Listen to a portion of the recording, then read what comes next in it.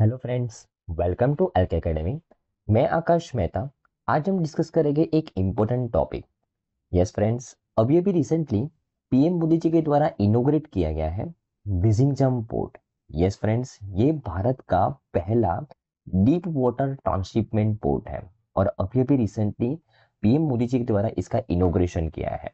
तो अभी इस न्यूज के अंदर ये विजिंगजम पोर्ट कहाँ पे लोकेटेड है, उसका सिग्निफिकेंस क्या होने वाला है, उसके अलावा ये ट्रांसशिपमेंट पोर्ट क्या होता है, वो सभी के बारे में हम डिटेल में चर्चा करेंगे। राइट। अगर मैं इस विजिंजम पोर्ट के लोकेशन के बारे में बात करूं फ्रेंड्स, तो ये हमारे केरला के अंदर स्थित है। और इस पोर्ट का इंपॉर्टेंस क्यों इतना ज्यादा है, बिकॉज इसके आसपास का जो पानी है उसकी नेचुरल डेप्थ 20 मीटर के आसपास है। ये भारत का पहला डीप वाटर पोर्ट है।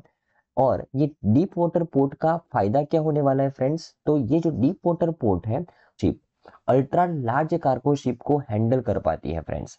भारत का ये एकमात्र पोर्ट बनेगा जहां पे अल्ट्रा लार्ज कार्गो शिप वो हैंडल कर पाएगा, बिकॉज उसके आसपास का जो पानी का डेप्थ है वो बहुत ज्यादा है। बड़ी बड़ी शिप को वो हैंडल कर सकता है। और ये अल्ट्रा लार्ज शिप को हैंडल करने का फायदा क्या होगा, तो ये पोर्ट है ना, एज अ ट्रांसशिपमेंट पोर्ट काम कर पाएगा फ्रेंड्स।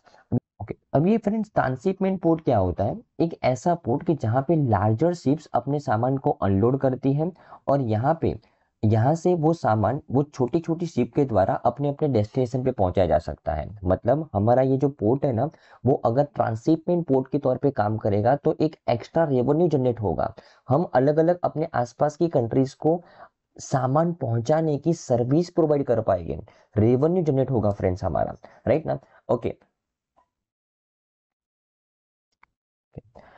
ओके, अगर मैं हमारी नेबरिंग कंट्रीज की बात करूं, श्रीलंका और सिंगापुर की अगर हम बात करें, तो उनके पास ऑलरेडी एक ट्रांसशिपमेंट पोर्ट था फ्रेंड्स। और अभी अभी तक का सिनेरियो क्या था फ्रेंड्स, कि हमारी जो नेबरिंग कंट्रीज है, श्रीलंका और ये सिंगापुर, उनके पास ऑलरेडी एक ट्रांसशिपमेंट पोर्ट अवेलेबल है। तो अभी तक क्या सिनेरियो था कि जो यूरोपियन कंट्रीज है, अगर हम वहां से कोई सामान ये वाले रूट से मंगवाते हैं, तो ये जो बड़ी बड़ी कार्गो शिप है वो अपने सामान को या तो श्रीलंका के ट्रांसशिपमेंट पोर्ट पे अनलोडिंग करती थी, या तो फिर सिंगापुर के ट्रांसशिपमेंट पोर्ट पे अनलोडिंग करती थी। फिर हमको वहां से सामान अपनी छोटी छोटी शिप के माध्यम से अपने वहां पे लाना पड़ता था। तो ये हमारा रेवेन्यू लॉस हो रहा था।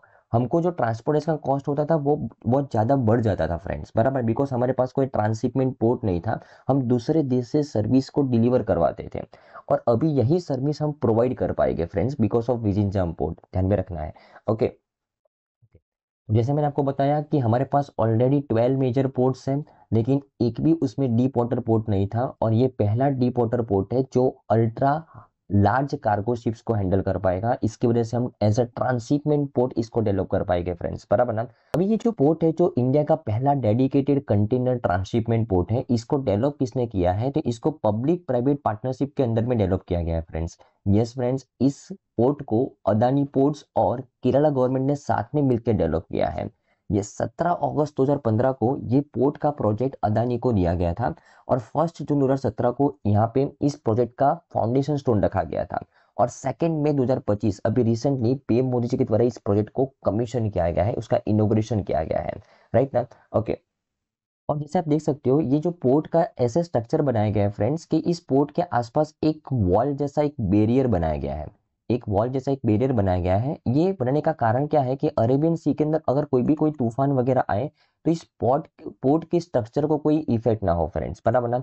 और ये बैरियर ऐसे बनाया है कि यहाँ पे शिप को जाने का ऐसे चैनल भी बनाया गया है फ्रेंड्स, बराबर ना? तो शिप यहाँ से डायरेक्ट नहीं जा सकती, इसको यहाँ से घूम के यहाँ पे पोर्ट तक उसका एक्सेस लेना पड़ेगा, बराबर ना? ओके। राइट। तो ये बनाने का मेन पर्पस है कि अरेबियन सी के अंदर कोई भी तूफान वगैरह आए तो ये पोर्ट के स्ट्रक्चर को कोई नुकसान ना हो फ्रेंड्स, बराबर ना? राइट। तो एक रेजिलियंट पोर्ट स्ट्रक्चर बनाया गया है। किसके द्वारा बनाया गया है? अदानी और केरला गवर्नमेंट के द्वारा, केरला के अंदर, ध्यान में रखना है। ओके। तो आई थिंक फ्रेंड्स, आपको आज की न्यूज़ में समझ में आया होगा कि इंडिया का पहला ट्रांसशिपमेंट पोर्ट कौन सा है, विजिंजम पोर्ट कहाँ पे बनाया गया है, उसका सिग्निफिकेंस क्या रहने वाला है, और कितना उसके ऊपर पैसा अलोकेट किया गया था फ्रेंड्स, बराबर ना? ओके। तो थैंक यू फ्रेंड्स, बाय।